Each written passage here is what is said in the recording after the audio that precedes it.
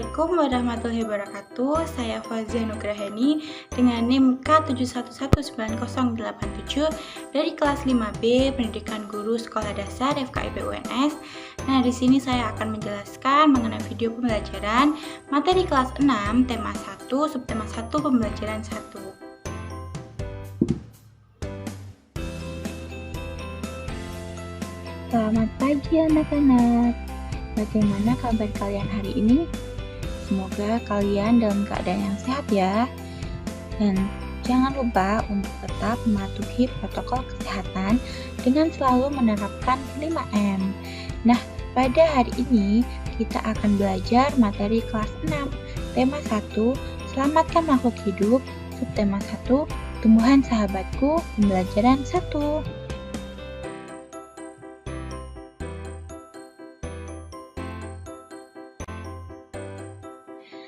Nah, untuk tujuan pembelajarannya yaitu yang pertama, setelah membaca teks tentang perkembangbiakan jagung, siswa mampu menemukan ide pokok dan informasi penting serta menyajikannya dalam bentuk diagram. Yang kedua, setelah mengamati gambar bunga, siswa mampu menguraikan perkembangbiakan generatif melalui gambar yang dibuatnya dan manfaatnya dengan benar.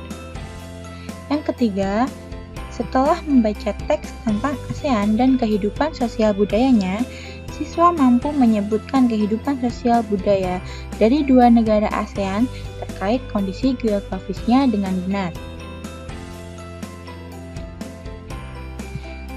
Nah, sebelumnya ini ada gambar tanaman ya. Nah, kalian perhatikan berbagai tumbuhan yang ada di sekitar kalian. Apakah manfaat tumbuhan bagi kehidupan? Yuk kita cari tahu.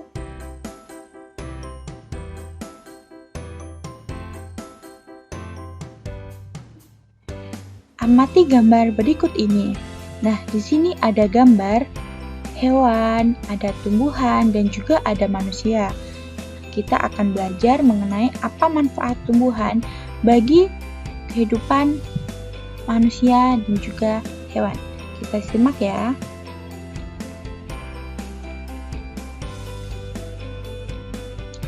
Ternyata tumbuhan dimanfaatkan oleh manusia dan hewan sebagai bahan makanan. Jadi, tumbuhan merupakan sumber kehidupan bagi semua makhluk hidup.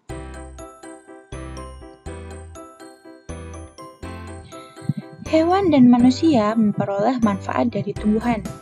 Manfaat tumbuhan bagi manusia antara lain yang pertama sebagai sumber energi bagi manusia, yang kedua sebagai sumber vitamin untuk menjaga kesehatan tubuh, yang ketiga sebagai sumber oksigen untuk bernafas, yaitu melalui proses fotosintesis dari tumbuhan ya. Kemudian yang keempat sebagai pengikat air tanah, yang kelima sebagai peneduh dan memperindah kehidupan di bumi. Kemudian, manfaat tumbuhan bagi hewan yaitu sebagai sumber energi bagi hewan. Tumbuhan merupakan sumber bagi kehidupan manusia dan hewan. Tumbuhan adalah produsen penghasil cadangan makanan dan sumber oksigen untuk bernafas dan melindungi bumi dari sengatan sinar matahari. Beberapa hal yang akan terjadi jika tidak ada tumbuhan adalah manusia dan hewan tidak memiliki sumber makanan dan bumi akan gersang sehingga kehidupan akan berakhir. Jadi, anak-anak harus selalu menjaga kelestarian tumbuhan yang ada di sekitar kalian ya.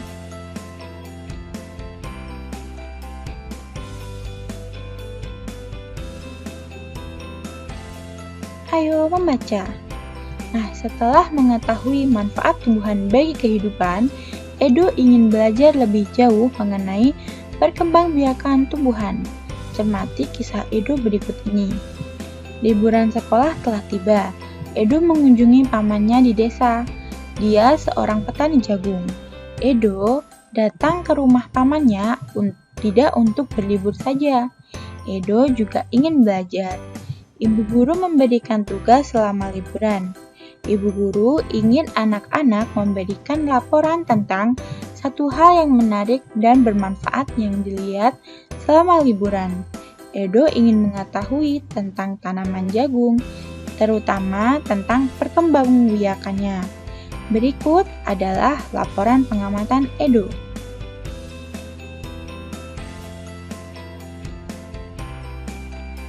Bagaimana jagung berkembang biak? Nah, anak-anak, jagung berkembang biak dari biji ya. Nah, selanjutnya kita simak laporan pengamatan Edo.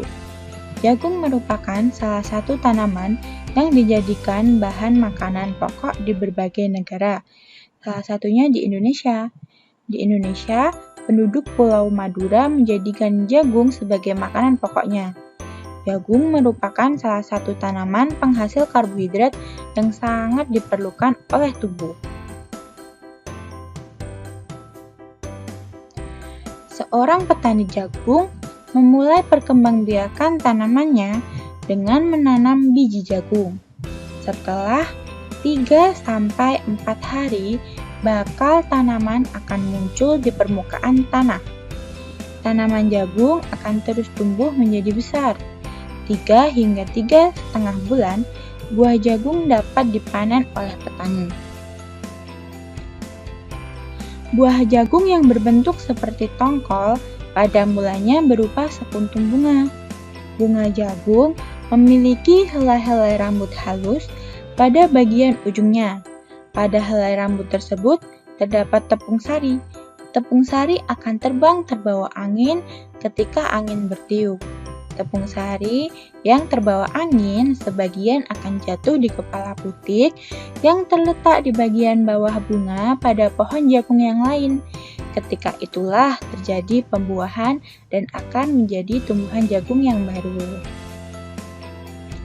Ini merupakan gambar dari proses terjadinya penyerbukan dari tumbuhan jagung. Nah, setelah terjadi pembuahan, buah jagung tersebut terus berkembang hingga menjadi buah jagung. Perkembangan itulah yang dapat diamati dari waktu ke waktu. Buah jagung akan siap dipanen ketika rambut jagung sudah berwarna kecoklatan dan bagian tongkolnya sudah mengering. Apabila buah jagung tersebut dikupas, akan memperlihatkan biji jagung yang kekuningan. Bagian yang dimakan oleh manusia adalah biji jagung. Supaya jagung selalu tersedia sebagai bahan makanan manusia, maka petani jagung harus menanam kembali sebagian biji jagung dari hasil panen. Biji jagung yang tua dapat ditanam kembali. Dari sinilah akan dimulai lagi perkembangbiakan jagung. Tulislah ide pokok dan informasi penting dari teks berjudul Bagaimana Jagung Berkembang Biak dengan mengisi diagram berikut.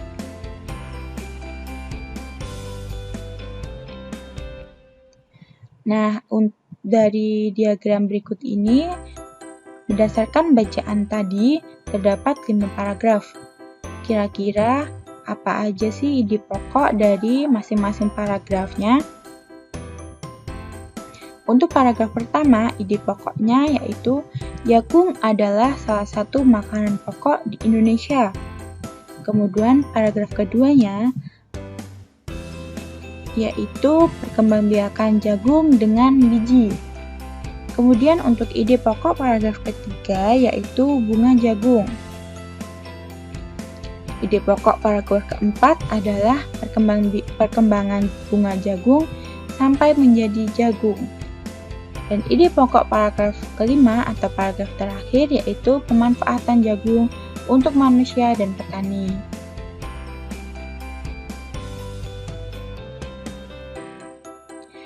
Salah satu contoh tumbuhan yang berkembang biak dengan bunga adalah tumbuhan jagung. Tepung sari pada bunga jagung akan terbang terbawa angin ketika angin bertiup.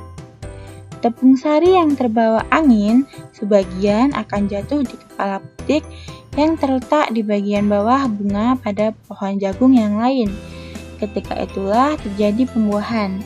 Perkembangbiakan ini dinamakan perkembangbiakan generatif.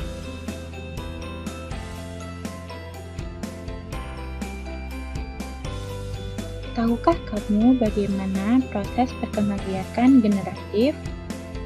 Yuk kita cari tahu sama-sama.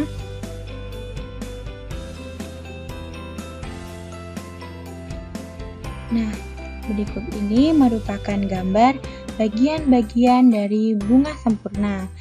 Ada tangkai bunga, lalu ada dasar bunga, ada kelopak bunga, kemudian ada benang sari sebagai alat reproduksi jantan, dan juga ada putik sebagai alat reproduksi betina. Kemudian juga ada bakal biji dan juga mahkota.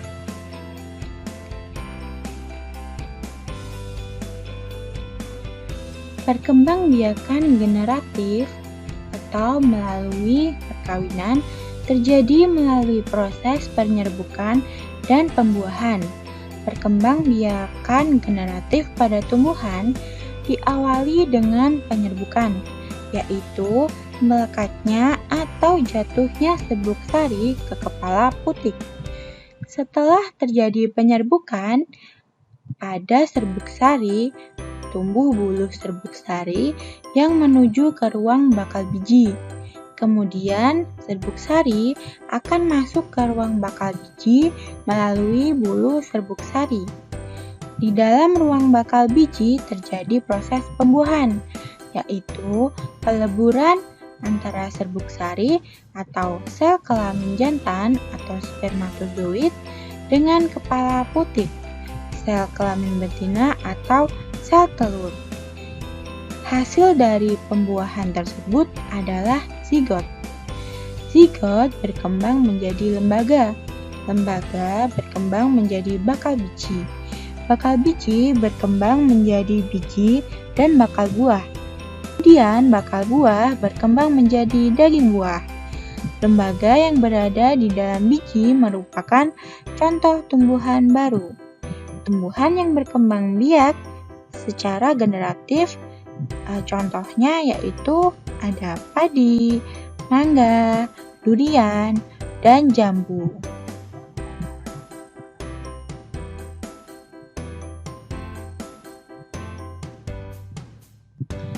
Bunga yang indah bukan hanya tumbuh di Indonesia. Negara-negara lain seperti negara tetangga pun memiliki bunga yang cantik. Karena kondisi geografis yang hampir sama, bunga yang tumbuh tidak jauh berbeda jenisnya. Perhatikan jenis-jenis bunga yang tumbuh di negara-negara tetangga. Bunga kembang sepatu tumbuh di Indonesia dan Malaysia. Bunga ini dapat digunakan sebagai pewarna. Di Malaysia, bunga kembang sepatu dinamakan bunga raya dan merupakan bunga nasional.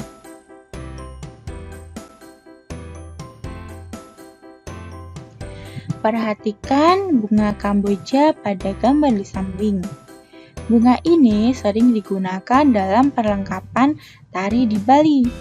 Dorje Kampa atau bunga Kamboja dapat ditemukan di Indonesia dan Laos.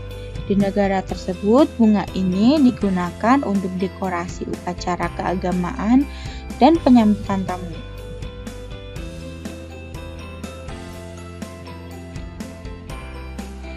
Malaysia, Laos, dan Indonesia hidup berdampingan. Meskipun berbeda negara, namun ketiganya memiliki persamaan dalam kehidupan sosial dan budaya. Masih banyak negara lainnya yang memiliki kesamaan. Oleh sebab itu, mereka menggabungkan diri dalam suatu organisasi yang bernama ASEAN, yaitu Persatuan Negara-Negara se-Asia Tenggara. Berikut adalah ke-10 negara ASEAN. Ada Myanmar, ada Thailand, ada Kamboja, ada Laos, Vietnam, Filipina, Malaysia, Brunei Darussalam, Singapura, dan juga negara kita yaitu Indonesia.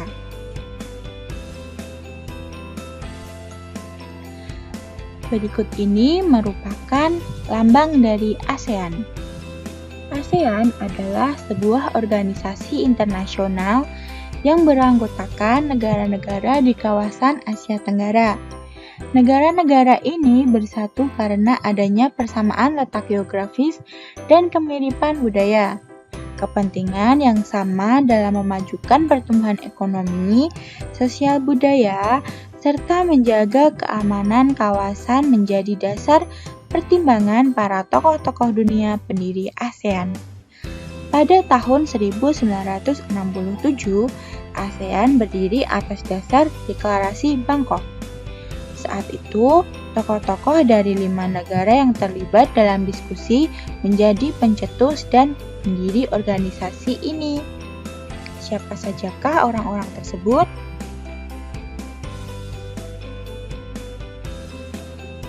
Nah, kelima orang pencetus ASEAN yaitu yang pertama dari Indonesia ada Adam Malik, kemudian dari Filipina ada Narcisco Ramos, kemudian dari Malaysia ada Tun Abdul Razak, kemudian dari Singapura ada S. Rajaratnam, dan dari Thailand ada Tanat Koman.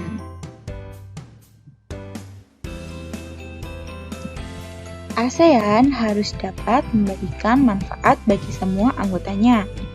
Untuk itu, berbagai kerjasama dikembangkan untuk memajukan kesejahteraan semua anggotanya.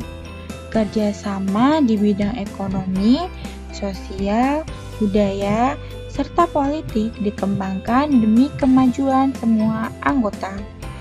Manfaat yang dirasakan oleh anggota-anggota ASEAN membuat semakin banyak negara yang kemudian bergabung dengan organisasi ini.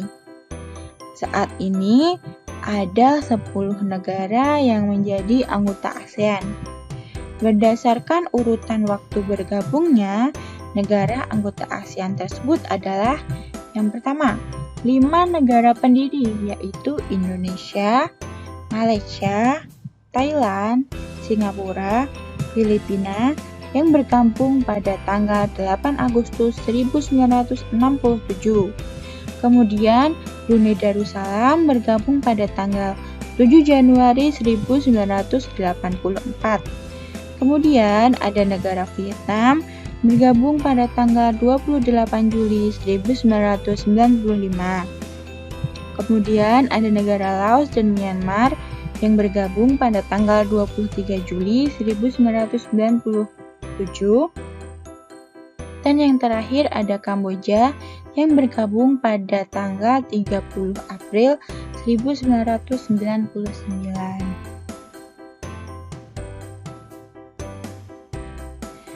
Masyarakat negara-negara ASEAN memiliki kehidupan sosial budaya yang unik loh. Yuk kita pelajari bersama. Nah, negara yang pertama ada Brunei Darussalam. Kampung Ayer adalah desa terapung di Brunei Darussalam. Tahun 1400 Kampung Ayer sempat menjadi pusat pemerintahan. Saat ini banyak penduduknya yang memiliki perahu pribadi dan disimpan di bawah rumah apung mereka. Budaya Brunei banyak dipengaruhi oleh ajaran Islam. Mayoritas penduduknya adalah orang Melayu. Kata Brunei berasal dari kata Nahbaru yang diucapkan oleh Awang Alak Betatar, penemu negara ini. Kata Darussalam berarti tempat yang damai atau rumah keamanan. Dalam percakapan, menunjuk dengan jari telunjuk dianggap kasar. Secara tradisional, orang Brunei tidak berjabat tangan dengan lawan jenis. Melepaskan sepatu adalah kebiasaan umum orang Brunei sebelum memasuki rumah orang lain.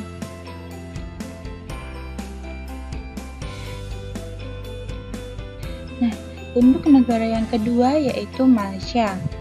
Patung Dewa Marungga di Malaysia merupakan patung berukuran 42,7 meter. Patung ini terletak di Batu Chaves, gua yang merupakan salah satu kuil Hindu di luar India yang paling populer, yang didedikasikan untuk Dewa Marungga. Malaysia memiliki kota yang bernama Georgetown, yaitu kota yang terdaftar dalam UNESCO World Heritage. Kota ini terletak di Pulau Penang. Georgetown adalah kota yang memiliki ragam jenis budaya. Banyak gedung peninggalan masa Eropa dan bangunan bernuansa Melayu Tionghoa. 3 kaum utama di Malaysia adalah Melayu, Cina, dan India. Musik tradisionalnya banyak dipengaruhi oleh budaya Cina, Islam, India, dan Indonesia. Makanan khasnya adalah nasi lemak.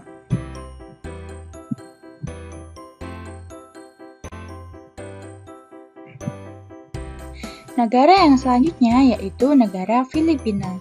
Budaya Filipina merupakan hasil perpaduan antara budaya Barat dan Timur. Kehidupan budayanya dipengaruhi oleh budaya Melayu, Cina, dan Spanyol. Bahasa Filipina adalah bahasa nasional dengan bahasa Inggris sebagai bahasa pengantar untuk urusan perdagangan atau pergaulan. Ada 8 dialek utama yang digunakan oleh masyarakat Filipina, yaitu Tagalog, Cebuano, Ilocano, Hiligaynon atau Ilonggo, Bicol, Waray, Pampango, dan Pangasinense. Po dan Opo adalah sebutan orang Filipina terhadap orang yang lebih tua. Mereka memanggilnya dengan menggunakan kata-kata seperti kuya, ate, manong, atau manang, yang menunjukkan rasa penghormatan. Jabat tangan adalah bentuk salam yang paling sering dijumpai di Filipina. Tarian tinikling merupakan tarian masyarakat Filipina. Tarian ini menceritakan tentang burung tinikling yang berjalan melompat menghindari perangkap bambu petani padi.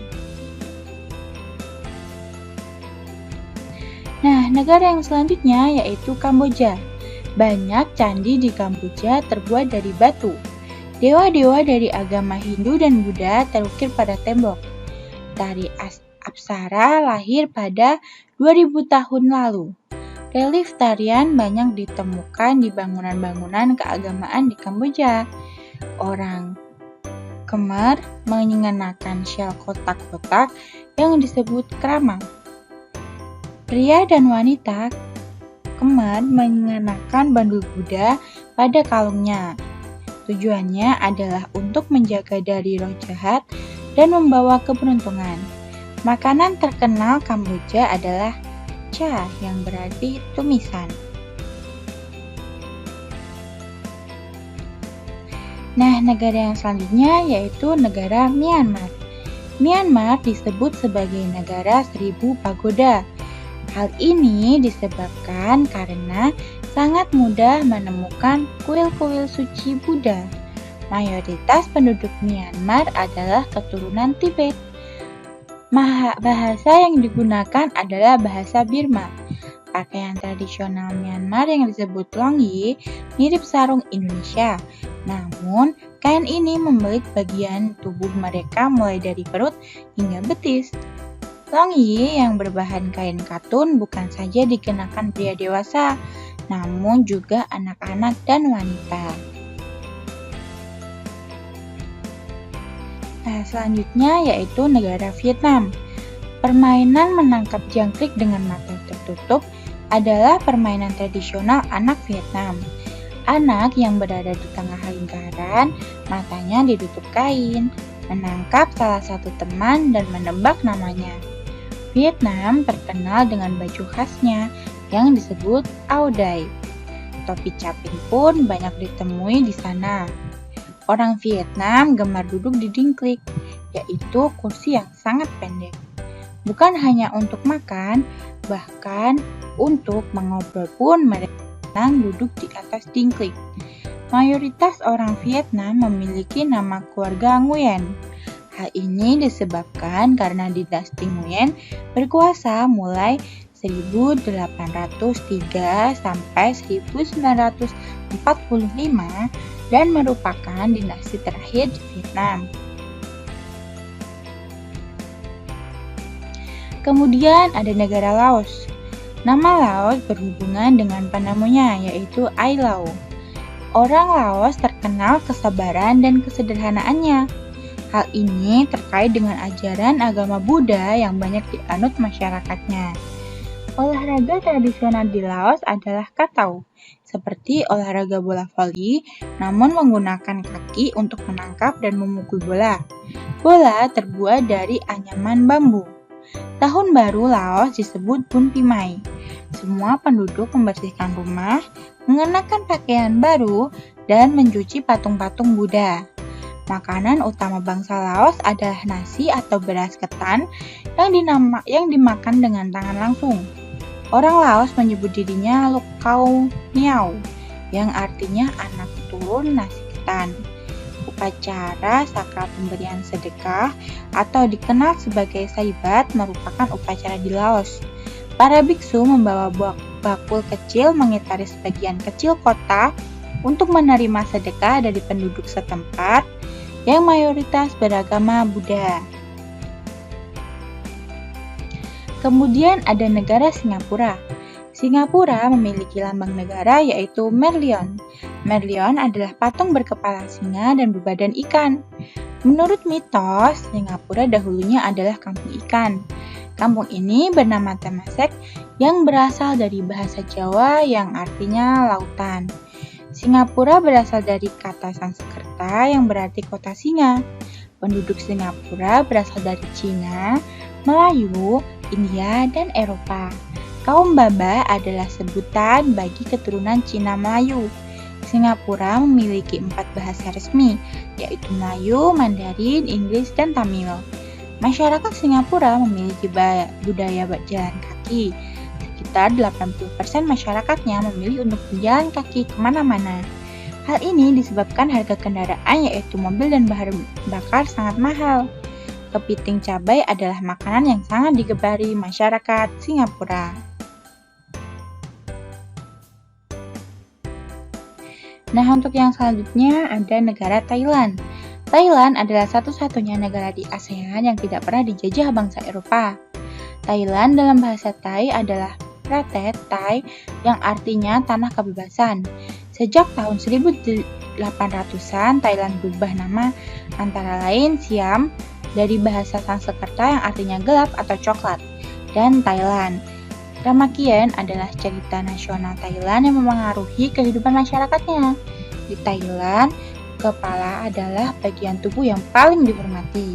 Tidak ada orang yang akan berani menyentuh kepala, bahkan kepala anak-anak. Baliknya, bagian kaki dianggap bagian yang paling hina karena dipakai sebagai alat untuk menapak di tanah. Oleh sebab itu, kaki tidak boleh dihadapkan ke patung suci atau orang lain. Indonesia dan Thailand memiliki tradisi minum teh. Di beberapa daerah di Indonesia, kebiasaan minum teh dilakukan secara turun-temurun. Salah satunya adalah teh yang diseduh di poci. Oleh sebab itu, teh tersebut dinamakan dengan teh poci. Di Thailand, teh disajikan dengan susu dan rempah-rempah. Teh tersebut dinamakan Thai iced tea dan disajikan dingin. Mungkin untuk saat ini banyak dikenal dengan Thai tea itu ya. Nah, bagaimana dengan kehidupan dan budaya di Indonesia? Kamu bisa mencari tahu tentang budaya dan kehidupan di Indonesia. Kondisi geografis Asia Tenggara. Letak geografis Asia Tenggara berada di antara 3 perairan yaitu Samudra Hindia dan Teluk Benggala di bagian barat, Laut Cina Selatan di utara, dan Samudra Pasifik di timur. Wilayah Asia Tenggara dibagi menjadi 2 daratan, yaitu dibagi menjadi 2 dataran, yaitu yang pertama, daratan berbentuk semenanjung. Wilayah yang berbentuk semenanjung adalah Myanmar, Thailand, Laos, Kamboja, Vietnam, dan wilayah Malaysia bagian barat. Kemudian yang kedua, daratan berbentuk gugusan kepulauan. Wilayah yang berbentuk gugusan kepulauan adalah Filipina, Indonesia, wilayah Malaysia bagian timur, Singapura, dan Brunei Darussalam. Nah, Itu tadi merupakan materi yang sudah kita pelajari pada kesempatan kali ini. Semoga dapat bermanfaat bagi kalian. Kurang lebihnya, Ibu mohon maaf. Assalamualaikum warahmatullahi wabarakatuh. Demikian yang dapat saya sampaikan. Kurang lebihnya saya mohon maaf. Wassalamualaikum warahmatullahi wabarakatuh.